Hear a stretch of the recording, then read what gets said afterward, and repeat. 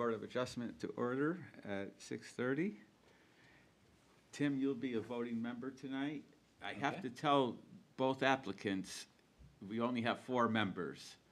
If it's a tie vote, 2-2, it automatically fails. So you do have the option of coming back when we have a full board, but I don't see any issues tonight. So if you want to go ahead, that's your option. I have to warn you that a 2-2 vote is a failure vote. With that being said, we'll get Grayson to do a roll call, please. Absolutely. Tonight we have Tim Whitney, Counselor Eric Hoffman, Chair Michael Dellavecchia, Marcia Hayward, and your staff in attendance tonight is Assistant Planner Tyler Carmichael, and I will be taking the minutes, Grayson Draper, Planning Technician. Thank you. And everybody had a chance to review last month's minutes? I make a motion to accept the minutes as presented. I second. Thank you, Tim. I have to apologize to the board that I think we got out of control last month, letting all the neighbors speak repetitively. And in the future, I would like to just say, we kind of made up our minds before everybody did their dissertation that took an hour. And I would like to just say, you don't have to bother speaking. We are. Well, I wouldn't say bother speaking, but I would say if it's repetitive. Yeah. If you've heard it before. 'Cause we did get out of control. Yeah. We were here till 10 o'clock, so I apologize all for that. All in favor of accepting the meetings, thank you. Okay, moving right along. I have 174 Hillcroft Road. Is the applicant here? Yes. Please come up, identify yourself, sir, and tell us how we can help you. Good evening. My name is Joseph McInerney. I'm here for 174 Hillcroft Road. We're looking for a variance to add a deck to the back of the house on the water side. The house is located on Pickerel Cove. So it's an older house. It was built in either the 60s or the 70s. We bought it in 2023. And we're looking to do some renovations on it, and one of those things that we want to do is add a deck to the back. So, so we need a variance for that. So it would be a 12-foot deck coming off the back of the house going towards the water. So the backyard is currently boulders, some sand, a little bit of grass and vegetation. We don't see that it would, we don't think it would have any effect on erosion or aesthetics. Most of the other houses in the area there have decks on the back of their house facing the water. So, other than that, it's a single-family house, always has been. And I think that's about it. I'm assuming it's only gonna be like 3 or 4 posts is the only ground disturbance that's gonna happen. The posts, yes, will be the ground disturbance. And there's some pretty big boulders back there, so I think they're gonna be limited in where they can put the posts too. So they have to go around those boulders. Very good. Do you live there full-time, sir? No, I'm from Massachusetts. I'm curious, do you have a boat that gets through the culvert? I do not, but everybody I've talked to in the cove say that they can get boats through the culvert, but you have to get under the sewer pipe. That's the low point. I see. But I've heard, if the boat's under 19 feet, usually they can get through, depending on the water level. Do any board members have any questions for Joseph here? No. Go ahead, have a seat, sir, and I have to ask if there's any neighbors that would like to speak for or against this application to come up and say your piece right now, please. In honor of Steve Bogart, I'll do a countdown. Gotta get some Jeopardy music. He liked to do the countdown. That being said, there's no neighbors are upset. I don't see issues with it as long as the. Can I just make a note that you closed the public hearing Oh, at thank you. 6:35? Thank you. Like the watershed is okay with the deck? Get the It's, permit from the shoreline has. We have approved that. it. Yep, they've already submitted their approved Alright. shoreline permit. That to me is crucial, they did it, so it's like, I'm fine. I don't have any issues, so I would seek a motion to approve. I make a motion, would you like me to go through it? You could just say the findings of fact real I'm quickly. going to. How did you know I was gonna do that? I would like to grant a variance from chapter 235, article 4, section 235-19 for 178 Hillcroft Road. Sorry, I should have started out, it's application 2026-32, and we will use as the finding of facts those that are presented in the application. And that was 174 Hillcroft. Yes. I'm sorry, I can't read my own writing. No worries, It's just wanted to clarify that. 174 Hillcroft. We have a motion? I'll second. Thank you, Eric. Any further discussion? All in favor? Enjoy your new deck, Mr. McNerney. Thank you. Thank you for coming in. And that Moving was- right along, Unanimous, right? Yes, Yeah, yes. perfect. It was unanimous. we have 22 Riverside Court is seeking a boundary adjustment. Come on up, folks. Tell us how we can help you. Okay, How you do, sir? good. My name is Greg Kleitz, and my wife and I own property at 16 Riverside Court, Laconia. And I'll be speaking on behalf of Mr. Hollinger, who actually made this submittal. Okay. Now, I had a survey conducted on my lot, and it indicated that my garage encroaches on Mr. Hollinger's lot. And do you have that Yep, drawing?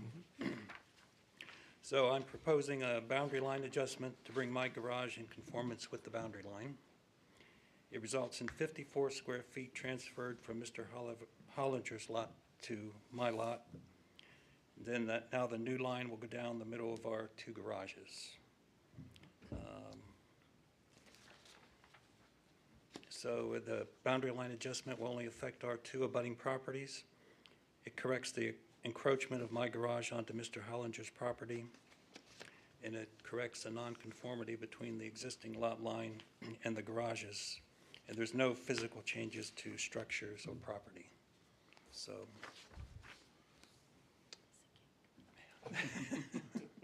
Very good, sir. I'm curious about how, you said 50 feet? 50 square feet? 54 square feet. It's basically that triangle that you see. Yeah. Nice drawing you have here, it's lovely. Easy to understand. All righty, any questions at all for? Okay, Nicholas, you could have a seat, please.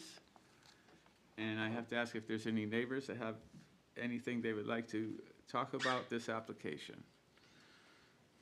That being said, close the public. we will close the public hearing. Thank you, Grayson. I'm just curious how much you had to pay for those 50 feet.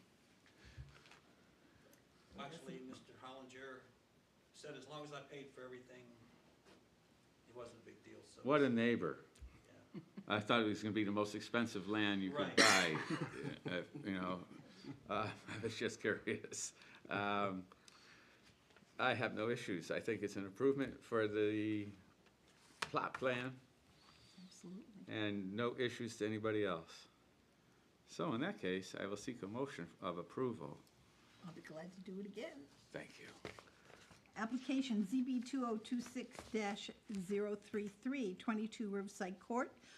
I propose we grant the variance from Chapter 235, Article 5, Section 235-35B, and use as the finding of facts those that are presented in the application. Thank you. We have a motion? Second? Thank you, Eric. Any further discussion? We're all in favor? Okay. Good luck to you, Mr. Hollinger. Sorry you had to come in just to do that. Thank you.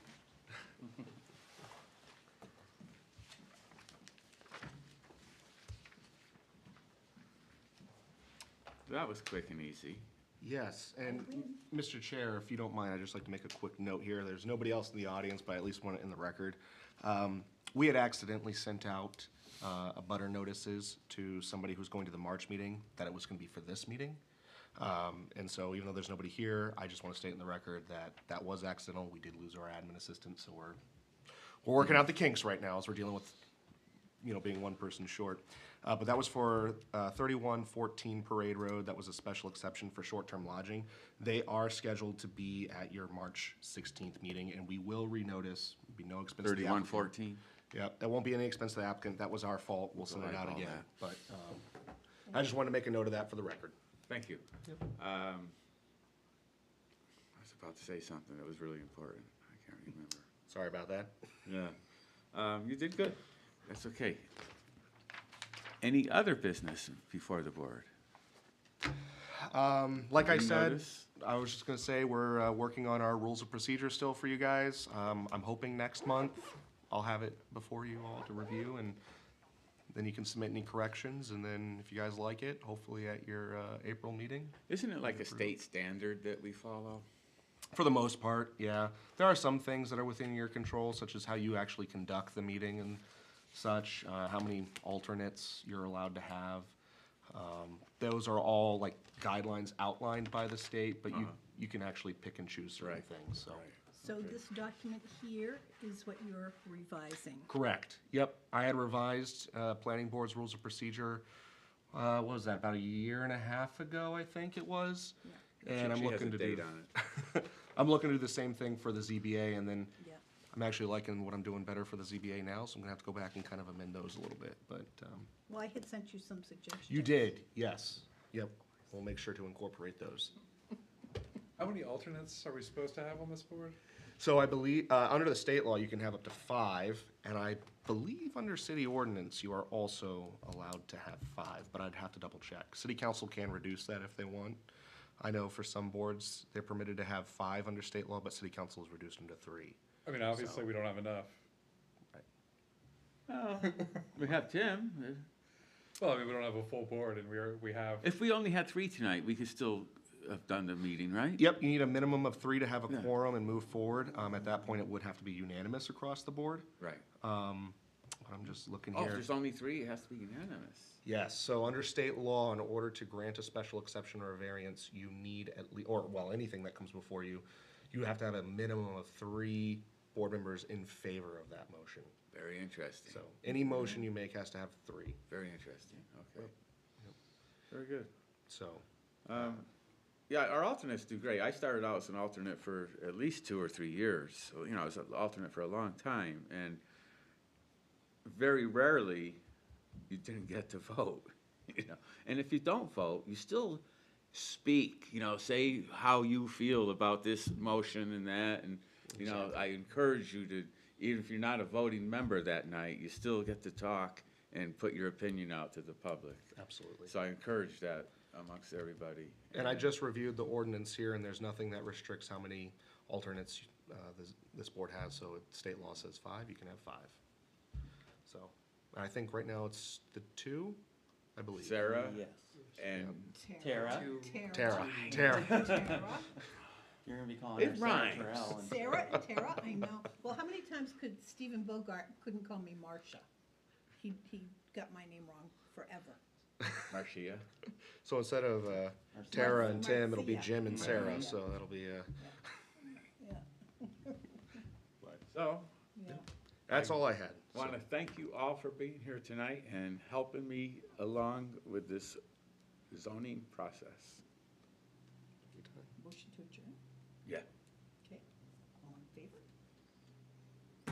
Perfect, we're adjourned. And did I win? I said 20 Wow, you were minutes. right. Wow.